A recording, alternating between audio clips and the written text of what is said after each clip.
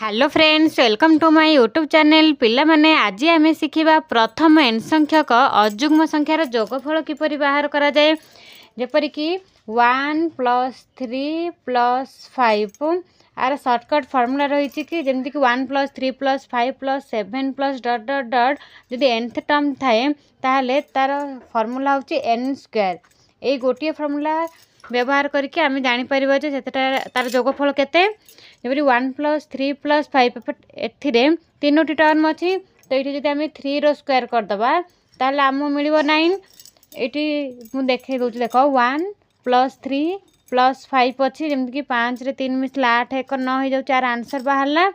सेहीपरि 1 + 3 + 5 + 7 + 9 अच्छी यहाँ 5टा टर्म अच्छी जदि आम 5 रो स्क्वायर करदे एन मान ये 5 रही 5 रो स्क्वायर जब करदे आम आंसर आसो 25। यहाँ को निजे कर देखिद 9 रे 7 मिसले 16 16 5 21 21 3 24 1 25 हो जाऊँगी।